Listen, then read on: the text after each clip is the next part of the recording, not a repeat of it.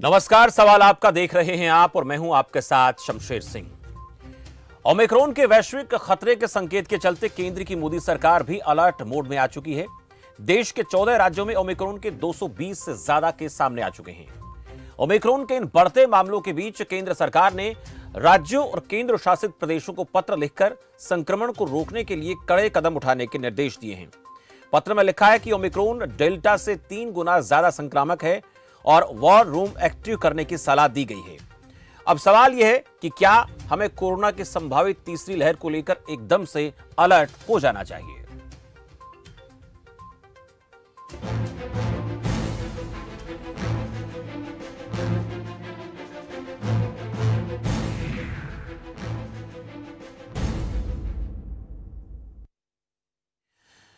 केंद्र सरकार ने राज्यों और केंद्र शासित प्रदेशों को आदेश जारी किया है कि टेस्टिंग और निगरानी बढ़ाने के अलावा रात में कर्फ्यू लगाने, बड़ी सभाओं पर रोक लगाने, शादियों और अंतिम संस्कार में लोगों की संख्या को सीमित करने जैसे कदम उठाए जाएं।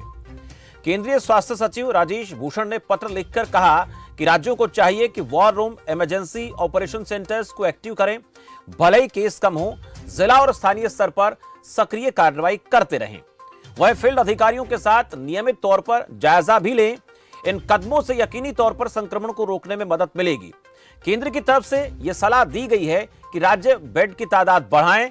इसके साथ साथ एम्बुलेंस और अन्य मशीनरी बढ़ाने और ऑक्सीजन और दवाओं का बफर स्टॉक बढ़ाने की भी सलाह दी गई। दिल्ली के सीएम अरविंद केजरीवाल की बात करें तो उन्होंने आने वाले त्योहारों जैसे क्रिसमस और नए साल के मद्देनजर किसी भी जमावड़े पर रोक लगा दी है। दिल्ली में 50% तादाद के साथ रेस्टोरेंट और सिनेमाघर खुलेंगे। अब ओमिक्रॉन के बढ़ते मामलों और केंद्र और राज्य सरकारों की तैयारी के चलते कुछ सवाल हैं जिन पर आज सवाल आपका में हम चर्चा करेंगे। लेकिन अगर आपके मन में भी इस खास प्रोग्राम को लेकर, कोरोना को लेकर, ओमिक्रॉन को लेकर कुछ सवाल चल रहे हैं तो आपकी स्क्रीन पर नंबर लगातार चलते रहेंगे, उन पर कॉल करके आप भी इस चर्चा में भागीदार बन सकते हैं। लेकिन सवाल क्या है, ओमिक्रॉन पर अलर्ट की बात तो कर रहे हैं, लेकिन उसके लिए हम सतर्क कितने हैं, यह बहुत महत्वपूर्ण सवाल है। इस सवाल को लेकर बातचीत करेंगे। लेकिन लगातार आपको बता दें कि ओमिक्रॉन का जो खतरा है वो दुनिया में बढ़ रहा है और इसको लेकर WHO की तरफ से भी चिंता जताई जा चुकी है। पर बड़ी बात यह है कि हम यानी भारत सरकार, राज्य सरकारें और हमारी तैयारी कैसी है, वो सवाल आपको दिखाते हैं। उसके बाद हम इस चर्चा में आगे बढ़ते हैं। एक एक करके सवाल दिखाते हैं। ओमिक्रॉन पर अलर्ट, हम कितने सतर्क हैं, बहुत महत्वपूर्ण है। दूसरा सवाल, तीसरी लहर का डर, इसका असर कैसा होगा अगर तीसरी लहर आती है संभावित। क्रिसमस और नया साल, इस जश्न पर भी सवाल है कि क्या ये ठीक से लोग मना पाएंगे। नाइट कर्फ्यू की बारी और क्या लॉकडाउन की तैयारी सरकारें कर रही हैं। केंद्र सरकार ने जो चिट्ठी लिखी है उसमें नाइट कर्फ्यू को लेकर जरूर कहा गया है। इन सवालों को लेकर बात करने वाले हैं आज सवाल आपका में। आपकी स्क्रीन पर नंबर चल रहे हैं, इन नंबर पर कॉल करके आप अपनी बात रख सकते हैं, क्योंकि इस पर हम अलर्ट कितना है और सरकारें, चाहे वो केंद्र सरकार है, राज्य सरकार है, उनकी तैयारी कैसी है। इसके साथ साथ दूसरी जो लहर आई थी डेल्टा वेरिएंट को लेकर, जो एक तरह से पूरे देश में हालात असामान्य हो गए थे, उसके बाद सबक कितना लिया है हमारे सिस्टम ने, हमारी सरकारों ने, उस पर भी आप सवाल कर सकते हैं। मेरे साथ 2 खास मेहमान जुड़ेंगे, उनका परिचय मैं आपसे कराऊंगा।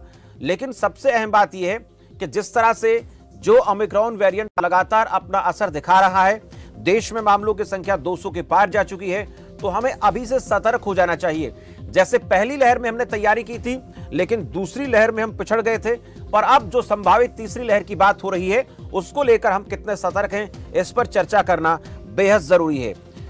नंबर आपकी स्क्रीन पर चल रहे हैं। ओमिक्रॉन की जो बात है उस पर चर्चा करना इसलिए जरूरी हो जाता है कि किसी भी खतरे की आहट नजर आ रही है तो उस खतरे की आहट को पहचान कर, समझकर हमें सतर्क हो जाना चाहिए। तमाम तरह की जो चीजें हैं उनको लेकर हमें तैयारी करनी है। अब कुछ राज्य सरकारों की तरफ से आदेश भी जारी किए गए हैं। पंजाब सरकार की जहां तक बात आती है तो उन्होंने कहा कि जो कर्मचारी हैं उनको सैलरी नहीं मिलेगी अगर आपने वैक्सीन जो है नहीं लगवाई है तो। दूसरा, हरियाणा सरकार की तरफ से भी आदेश जारी किया गया कि दोनों वैक्सीन लगवाना बेहद जरूरी है, नहीं तो आप लोगों को सार्वजनिक स्थानों पर जाने में पाबंदी होगी। दोनों खास मेहमान मेरे साथ जुड़ चुके हैं। एक भारतीय जनता पार्टी से नेता अनिल गोयल हैं। गोयल साहब, बहुत स्वागत है आपका। और दूसरे प्रवक्ता कांग्रेस पार्टी से योगेंद्र सिंह मेरे साथ हैं। योगेंद्र सिंह जी, आपका भी इस खास चर्चा में बहुत स्वागत है। योगेंद्र जी, आवाज सुन पा रहे हैं आप मेरी? चलिए, योगेंद्र जी से अभी संपर्क नहीं हो पाया है, लेकिन मैं अनिल गोयल जी आपसे जानना चाहूंगा, जैसे ही आज ये चिट्ठी जो है राज्य सरकारों के लिए जारी की गई, उसके बाद हम देख पा रहे हैं कि दिल्ली सरकार अलर्ट हो गई है, पंजाब सरकार अलर्ट हो गई है और हरियाणा सरकार भी अलर्ट है। पूरे देश में राज्य सरकारें अलर्ट मोड में नजर आ रही हैं। मैं जानूंगा आपसे सर, जो तैयारियां हमारी हैं, हालांकि दूसरी जो लहर आई थी उसमें हम कहीं ना कहीं पिछड़ गए थे, पर अब हमारे पास बहुत सारा वक्त था, हमने उसको लेकर पहले से तैयारियां कर लेनी चाहिए थी। अब जो परिस्थिति है देश भर में वो कैसी है, हमारी तैयारी कैसी है? पहला सवाल मेरा आपसे गोयल साहब।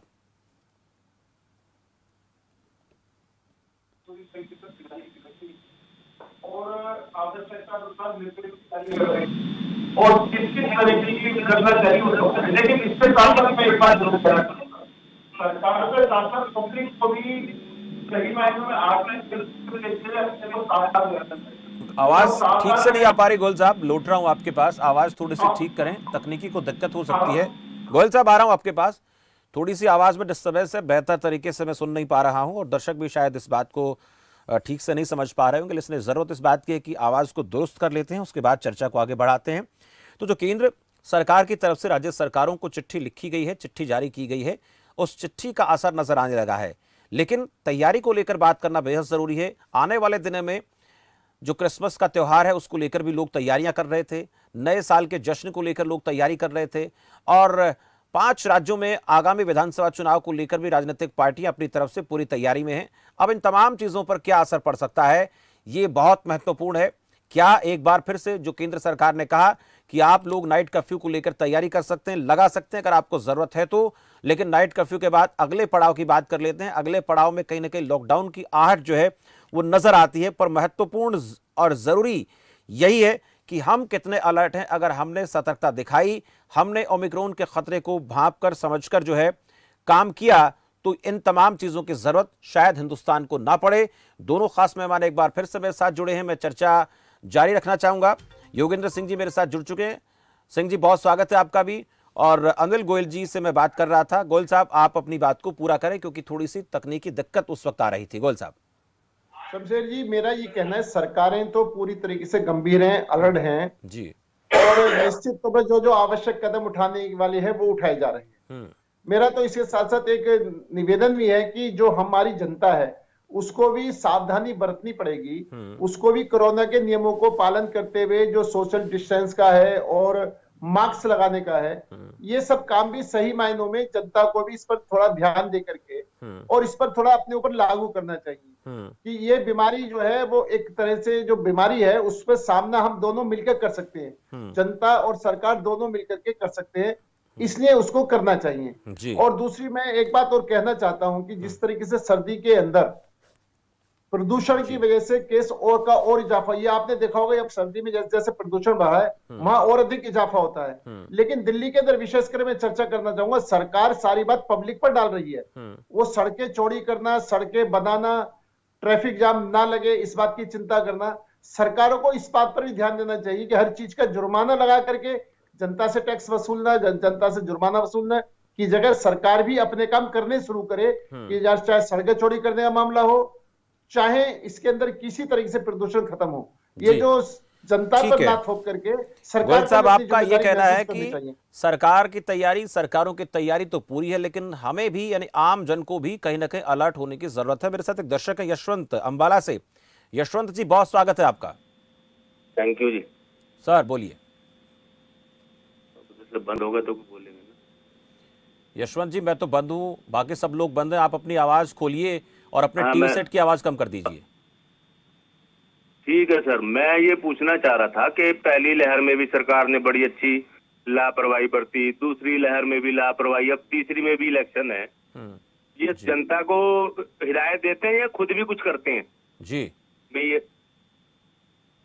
जी यशवंत जी ठीक है, आपका सवाल हम समझ रहे हैं। आपने एक बड़ा सवाल किया है। ये सवाल पहले जब डेल्टा वेरिएंट के दौरान लहर दूसरी आई थी उस वक्त भी सवाल उठा था। ये मुझे लगता है कि दोनों पॉलिटिकल पार्टी के नेताओं से सवाल है। पहले मैं कांग्रेस की तरफ से योगेंद्र सिंह जी से बात करना चाहूंगा। योगेंद्र जी पहले तो थोड़ा सा इस सवाल का जवाब आप दें जो दर्शक ने पूछा है, और फिर कोरोना के जो ओमिक्रॉन वेरिएंट को लेकर हमारी तैयारी कैसी है इस पर आप चर्चा करें। जो अनिल गोयल जी ने कहा उस पर भी आप जो है अपनी तरफ से प्रतिक्रिया दे सकते हैं। शमशेर जी, देश में कोरोना की पहली लहर आई, सेकंड लहर आई जो उससे भी ज्यादा घातक थी, और अब आप जैसे बता रहे हैं ओमिक्रॉन की तीसरी लहर की बात है। इन लहरों में केंद्र सरकार को, सभी राज्य सरकार को ये जानकारी पूर्ण तरह दे देनी चाहिए कि इसका जो ओमिक्रॉन है ये कितना घातक है, कितना जनता पे प्रभाव डाल सकता है, और आने वाले समय में इस ओमिक्रॉन से कितना बड़ा नुकसान हो सकता है। दो लहर जो हुई कोरोना की, उसमें आप देख सकते हैं देश को काफी नुकसान झेलना पड़ा, टीकाकरण हुआ। मेरी जनता से भी अपील रहेगी कि अधिक से अधिक मात्रा में टीकाकरण करावें, और जो साथी टीकाकरण करने से छूट गए हैं वो अब जो कैंप चल रहे हैं उसमें अपना टीकाकरण करवा दें। साथ ही केंद्र सरकार से मेरी मांग रहेगी कि ओमिक्रॉन जो वेरिएंट है, जो WHO ने इसकी जानकारी दी है, अलग अलग देशों से इसकी जो बातें आ रही है, अगर देश में आने से पहले जो यात्री हैं उनका आप उनकी जांच कर लें, उनमें अगर ये वेरिएंट पाया जाता है तो उनको आप किस प्रकार ट्रीटमेंट देके सहूलियत पा सकते हैं। ऐसे कदम उठाने पड़ेंगे ताकि देश में ये तीसरी लहर की जो संभावना है वो पूर्ण तरह से खत्म हो जाए। और अगर ऐसा वेरिएंट देश में आता है तो उसके लिए केंद्र सरकार क्या काम कर सकती है, वे पूरे कदम उठाए ताकि देश को ज्यादा नुकसान नहीं होने वाला। एक सवाल किया था एक दर्शक ने, यशवंत अंबाला से पूछ रहे थे कि राजनीतिक दल जो हैं रैलियों में बड़ी जोर शोर के साथ जाते हैं, आगामी 5 विधानसभा चुनाव को लेकर तैयारी में भी हैं सबके सब लोग, ये क्या एहतियात बरतते हैं? ये हमने डेल्टा वेरिएंट के दौरान भी देखा था, दूसरी लहर के दौरान सब लोगों ने खुलकर प्रचार प्रसार किया, सारे नियमों की धज्जियां उड़ाई, बखिया उधेड़ दी थी, सभी उन कोरोना गाइडलाइंस की जो हम लगातार बात करते हैं जिनका पालन करने की। नेताओं का रवैया कहीं ना कहीं लोगों को नहीं भा रहा है। शमशेर जी, जो चुनाव की जो प्रक्रिया है वो भारत निर्वाचन आयोग की तरफ से होती है। वो जिस प्रकार गाइडलाइन देते हैं कोरोना में, राजनीतिक दल उसकी पालना भी करते हैं, और कोशिश रहती है कि मास्क का प्रयोग करें, सैनिटाइज का उपयोग करें, दोनों टीके लगे हुए हों, और ऐसी कोई आवाजाही नहीं हो जिससे इसका फैलाव हो। फिर भी चुनाव आयोग को ये चीज देखनी चाहिए, और राजनीतिक दल के प्रतिनिधि होने के नाते मेरा मानना यह है कि रैलियां जो भी हो उसमें हम इस वेरिएंट का भी ख्याल रखें, इस वेरिएंट से कैसे बच सकें इसकी भी हम पूरी तरह से। यानी आप ये कहना चाहते हैं कि आगामी विधानसभा चुनाव जिन जिन राज्यों में होने हैं वहां पर आप लोगों की तरफ से भी कुछ इस तरह की बातें निकल कर आएंगी जिसमें रैलियों में भीड़ को लेकर और जो लगातार जो रोड शो हो रहे हैं इनके ऊपर कहीं ना कहीं कंट्रोल करने की जरूरत है। इसलिए चुनाव आयोग से आप लोग कहीं ना कहीं अपील करने वाले हैं, या जैसे आपने कहा ये बात चर्चा का विषय होनी चाहिए। दर्शक मेरे साथ जुड़ चुके हैं रणवीर रोहतक से। रणवीर जी, स्वागत है आपका। शमशेर जी नमस्कार। सर नमस्कार। शमशेर जी, देखियो, सरकार का सख्त होना बहुत जरूरी है और कड़े कदम उठाने भी चाहिए, लेकिन सरकार खुद भी नियमों का पालन करना चाहिए सरकार को भी। अभी जैसे रैलियां हैं, जलसे हैं, सभाएं हैं, इनको न करके टीवी हमारे पास में बहुत बड़ा अच्छा माध्यम है, फेसबुक हमारे पास अच्छा माध्यम है, इलेक्शन का प्रचार उसी से होना चाहिए। जनता तो काम के आधार पर वोट देगी।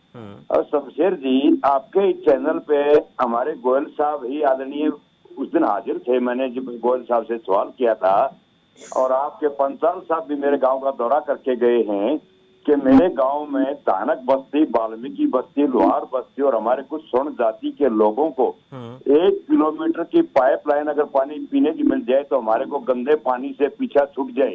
इसके लिए हम डीसी से, एससी से, एक्शन से, पार्षद से, मनमोहन गोयल से मिल चुके हैं और हाथ जोड़कर रिक्वेस्ट कर चुके हैं। और गोयल साहब ने कहा था कि मैं मुद्दा विधानसभा में उठाऊंगा, तो गोयल साहब आपसे प्रार्थना करते हैं, हम आपका माला डालकर स्वागत करेंगे। इतने तंग हैं, हमारे बच्चों को खुजली हो रही है। आप अपनी टीवी पर देखेंगे, 1-2 दिन में चैनल दिखाएगा, पंचाल साहब लेकर आए तो आप ये कहोगे ये विकास क्या है, ये कमाल हो गया।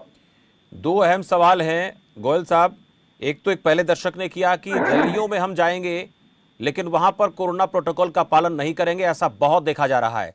दूसरा ये कि रणवीर सिंह, हमारे साथ दर्शक लगातार जुड़ते हैं और आपसे पहले भी सवाल किया था, हमारी टीम ग्राउंड पर जाकर रिपोर्ट वहां से कवर कर चुकी है और हमारे खास कार्यक्रम के तहत उस रिपोर्ट को हम दिखाएंगे। लेकिन आपसे रिएक्शन चाहूंगा दोनों सवालों को लेकर कि क्या तैयारी है उसको लेकर।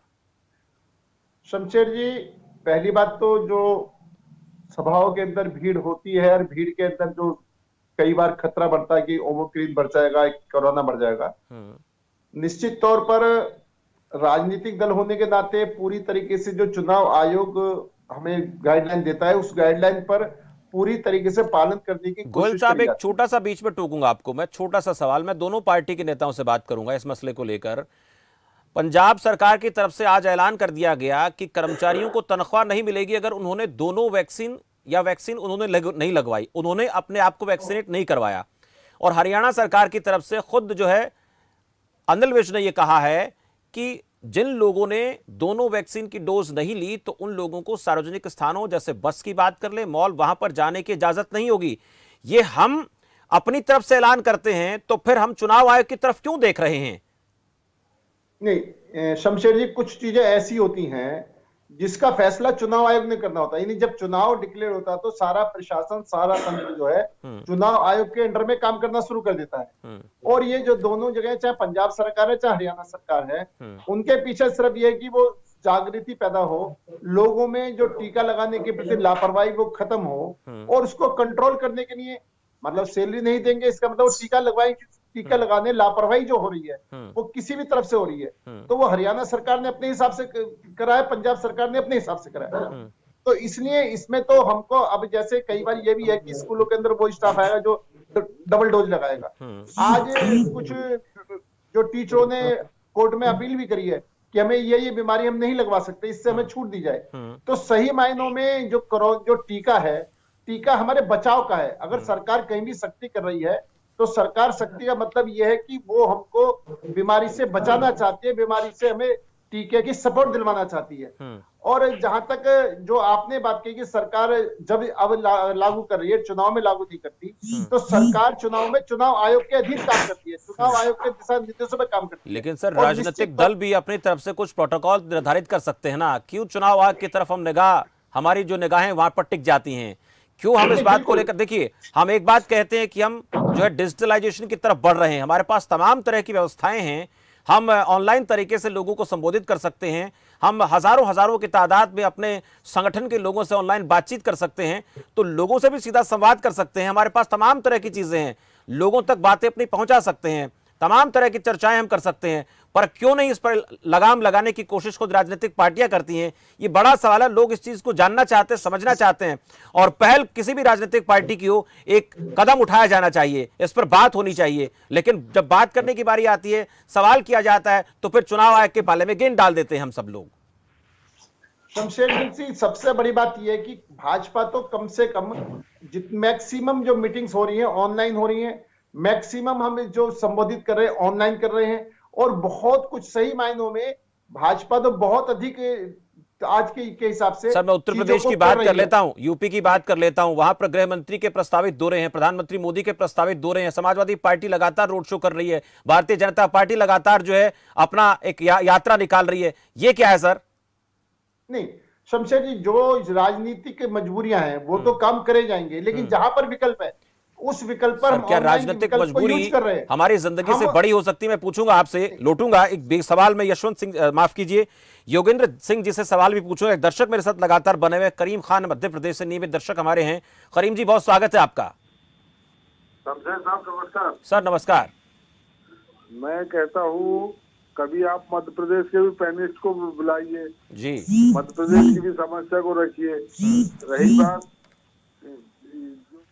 है, उसमें सवाल ये उठता है ये दोनों पार्टियां सत्ता की लोलुपता से बिल्कुल संलग्न है, और इनमें सत्ता की चाह इतनी बड़ी, क्या चुनाव रद्द होंगे? इसको देखते हुए जी रैलियां हो रही है, पब्लिक से इनको क्या लेना देना है? मैं कहता हूँ अपने काम पे भरोसा रखिए, रैलियां मत करिए, आप चुनाव होने दीजिए।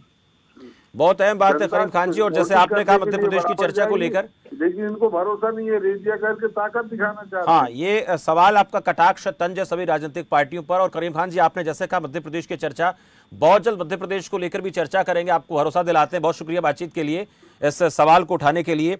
मैं योगेंद्र सिंह जी से आपसे बात करना चाहूंगा इस पूरे सवाल को लेकर, चर्चा को लेकर, राजनीतिक पार्टियों को लेकर। देखिए, अब लोगों को नए साल के जश्न को लेकर जो तैयारी कर रहे थे, जिन दुकानदारों ने अपनी दुकानें सजा ली थी, क्रिसमस को लेकर जो माल लोगों ने जो है आयात कर लिया था और अपनी दुकानों में भर लिया था, आज एक दो वीडियो मेरे सामने आए दिल्ली के ही, वहां पर इतनी बड़ी तादाद में लोग उमड़ रहे हैं क्रिसमस की तैयारी को लेकर, नए साल की तैयारी को लेकर। उन लोगों का कामकाज अब ठप हो गया है। लेकिन राजनीतिक कार्यक्रमों पर अब तक कोई इस प्रकार की रोक लगाने की कोशिश किसी राजनीतिक पार्टी ने ये ताकत, ये जहमत नहीं उठाई है और इतना बड़ा कलेजा नहीं दिखाया है। जैसे कि करीम खान जी बात कर रहे हैं कि रोक दीजिए रैलियों को, चुनाव करवा लीजिए, क्या दिक्कत है? अगर आपने काम किया है या फिर आपने काम नहीं किया है तो जनता दूध का दूध पानी का पानी कर देगी। योगेंद्र सिंह जी। शमशेर जी, मैंने आपको पहले ही बताया कि चुनाव का जो एजेंडा होता है, चुनाव की जो तारीखें होती है, चुनाव का ऐलान इलेक्शन कमीशन करता है। उसी के आधार पर राजनीतिक पार्टियां अपनी रैलियां, अपने संबोधन, अपने प्रचार प्रसार करती है। रही बात कोरोना की, तो आप देख लीजिए राजस्थान में कांग्रेस की सरकार है जिसने सर्वप्रथम टीकाकरण सबसे ज्यादा लार्ज स्केल पे किया। भीलवाड़ा मॉडल जो देश भर में विख्यात हुआ, और राजस्थान ही नहीं, पंजाब, छत्तीसगढ़, तो हमारी सरकारें पूर्ण तरह से कोरोना को लेकर अलर्ट है।